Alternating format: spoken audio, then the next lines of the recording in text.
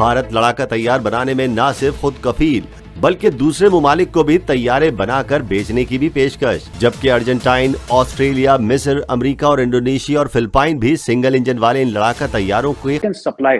So like America is doing, like Russia is doing, similarly India is also on the same path, Atmanirbhar, which means self-reliance and also exporting weapons throughout the world for your global standing. तो आप क्या देखते हैं कि जिस तरह से वो खुद टेक्नोलॉजीज को प्रिपेयर कर रहे हैं, खुद बना रहे हैं, डिफेंस के सेक्टर में बहुत आगे जा रहे हैं, वो लोग खुद फाइटर जेट्स बना रहे हैं। तो मुझे ये लगता है कि उनका जो इस वक्त जो उनका मिलिट्री का जो इस इकोनॉमिक्स को देख रहा है ना, मिलिट्री की इकोनॉमिक्स को, वो काफी इंटेलिजेंट है। बहुत अच्छा उसने किया। इंडिया ने 75 साल में क्या किया वो तो सारी दुनिया देख रही है। हमने 75 साल में क्या किया, पाकिस्तान ने 75 सालों में क्या किया, आप बता सकते हैं? देखिए जी, हमारा तो बस मैं कहना नहीं चाहता, लेकिन ये बात कड़वा सच्चा है कि हमारा तो बेड़ा गर्क हुआ मुल्क का। हेलो दोस्तों, स्वागत है आप सभी का एपी ज्ञान चैनल पे। तो फ्रेंड्स, आइए देखते हैं पाकिस्तानी मीडिया की लेटेस्ट वीडियो। और बकाई में डिफेंस इंडस्ट्री में भारत ने मचा दिया है बवंडर, क्योंकि आज से कुछ साल पहले तक यह सोचा भी नहीं जा सकता था कि इंडिया उच्च क्वालिटी के फाइटर जेट्स न सिर्फ मैन्युफैक्चरिंग करेगा बल्कि उसको एक्सपोर्ट भी करेगा। और इनफैक्ट न सिर्फ एक या दो कंट्री में बल्कि कई कंट्रियों ने भारत की फाइटर जेट्स तेजस में अपनी इंटरेस्ट दिखाई है। और यहाँ तक कि अमेरिका जैसा देश जो ऑब्वियसली एडवांस्ड फाइटर जेट्स बनाता है, उसने भी इंडिया के अंदर ही बने तेजस फाइटर्स प्लेन को देख के इसको खरीदने के लिए अपनी इच्छा जाहिर की है। तो जहाँ पे भारत के लिए यह एक गौरव की बात है कि आज भारत भी उन देशों में शामिल होने जा रहा है जो defence armaments, equipments, fighter jets export करते हैं। तो दूसरी तरफ ऑब्वियसली पाकिस्तानी मीडिया इसको लेकर के काफी परेशान है कि भारत आज़ादी के बाद इन बीते 75 सालों के अंदर जिस तेजी से आगे बढ़ रहा है, तो पाकिस्तान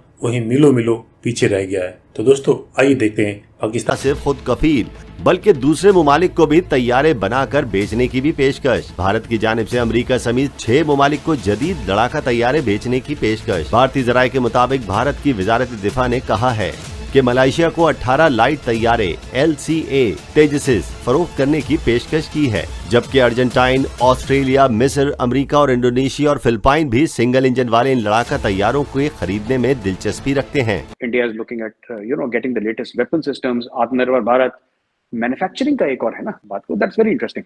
एक्चुअली क्या होता है चीमा साहब की इंटरनाइजेशन इसलिए तो है कि क्योंकि जब जंग का समय आएगा तो ये हम कह सकते हैं कि ठीक है, अगर कोई बाहर से इक्विपमेंट हमारे पास आती है तो वो फिर वी कैन नॉट 100% से कि that country will support us. एक तो ये है, पर दूसरा मौजूद जो बड़ा इंपॉर्टेंट है चीमा साहब, इसमें यह भी इंपॉर्टेंट है कि जिस कंट्री के वेपन्स बिकते हैं दूसरे मुल्कों में, उसकी रिस्पेक्ट एक अलग लेवल की होती है, उसका एक ग्लोबल स्टैंडिंग अलग लेवल की होती है। आज की तारीख में जो तेजस एयरक्राफ्ट हैं, so many countries have said that we want to buy. हम लोग ब्रह्मोस मिसाइल को एक्सपोर्ट करने की बात कर रहे हैं। आई थिंक फिलीपीन से भी बात चली है, एक दो और मुल्कों से बात चली है। तो आपकी इंटरनेशनल स्टैंडिंग बढ़ जाती है। So from a diplomatic end it becomes easier to conduct diplomacy. अभी तक तो इंडिया ये कह रहा था कि जी हमारे पास पैसे, आप डॉलर ले लो। आज इंडिया कहता है हमारे पास मिसाइल है, आप मिसाइल ले लो। हमारे पास टैंक्स हैं, आप टैंक्स ले लो। हमारे पास एयरक्राफ्ट है, एयरक्राफ्ट ले लो। We can supply.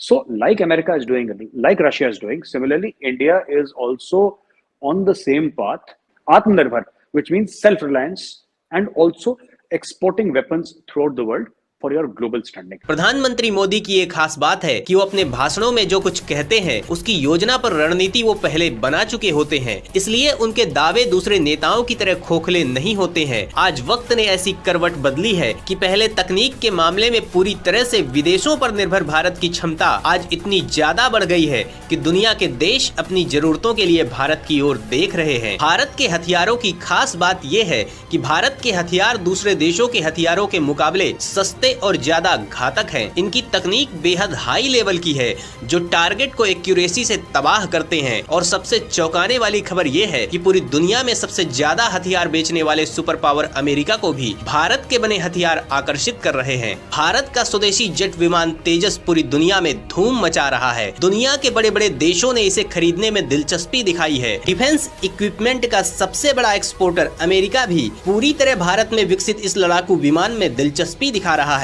America, Australia, Indonesia और फिलीपींस समेत 6 देशों ने भारत के हल्के लड़ाकू विमान तेजस में रुचि दिखाई है। अंदाजा लगाओ भाई, भाई इंडिया के फाइटर जेट में इतनी काबिलियत है तो तभी वो भाई बिकने आगे जा रहे हैं बिल्कुल। ना। अभी पीछे वो ट्रेनर एयरक्राफ्ट अमेरिका को चाहिए थे, बिल्कुल 300 के 250 जहाजों की बात भी चल रही थी। तेजस में कमाल, हर चीज कमाल की लगी हुई, हर चीज कमाल तैयार है ना, तभी ऑर्डर मिलनी शुरू हुए। इंडिया को अपनी जरूरत भी पूरी करनी है, अपनी भी आर्मी के लिए जरूरी है। और सही कहा, अभी इंडिया ने एडवांस में भाई मतलब तकरीबन इंडिया की बहुत बड़ी कामयाबी है कि उसने ये तैयारे एक्सपोर्ट करने शुरू, ऑर्डर मिलने शुरू हुए। इंडिया के तैयारे मजबूत भी है, अच्छे भी है, और इन्होंने कमाल की महारत का मुजाहरा भी किया है। और थोड़े सस्ते भी मतलब वही ना, और देशों में बहुत महंगे महंगे मिल रहे हैं। बहुत वही काम इनका, अगर एक उधर से लेते थे इधर से 2 ले लो।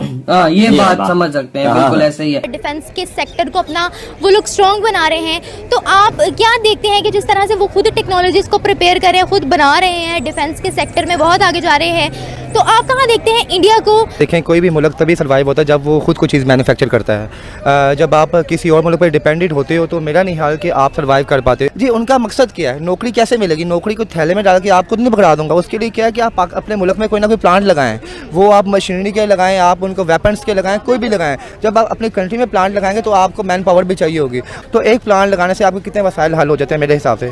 तो मुझे ये लगता है कि उनका जो इस वक्त जो उनका जो है वहाँ पे मिलिट्री का जो इस इकोनॉमिक्स को देख रहा है ना, मिलिट्री की इकोनॉमिक्स को, वो काफ़ी ऊपर के लेवल की सोच है, इंटेलिजेंट है। बहुत अच्छा उसने किया। ये मैं कहूँगी कि हमारे यहाँ पे भी इस चीज़ को देखना चाहिए। खुद बनाने जा रहे हैं, खुद मैन्युफैक्चर करने जा रहे हैं। अगर इसके बरक्स पाकिस्तान को देखा जाए तो हम लोग जो हैं जेट्स वगैरह की अगर बात की जाए तो हम इंपोर्ट करते हैं, हम जो है चाइना का सहारा लेते हैं।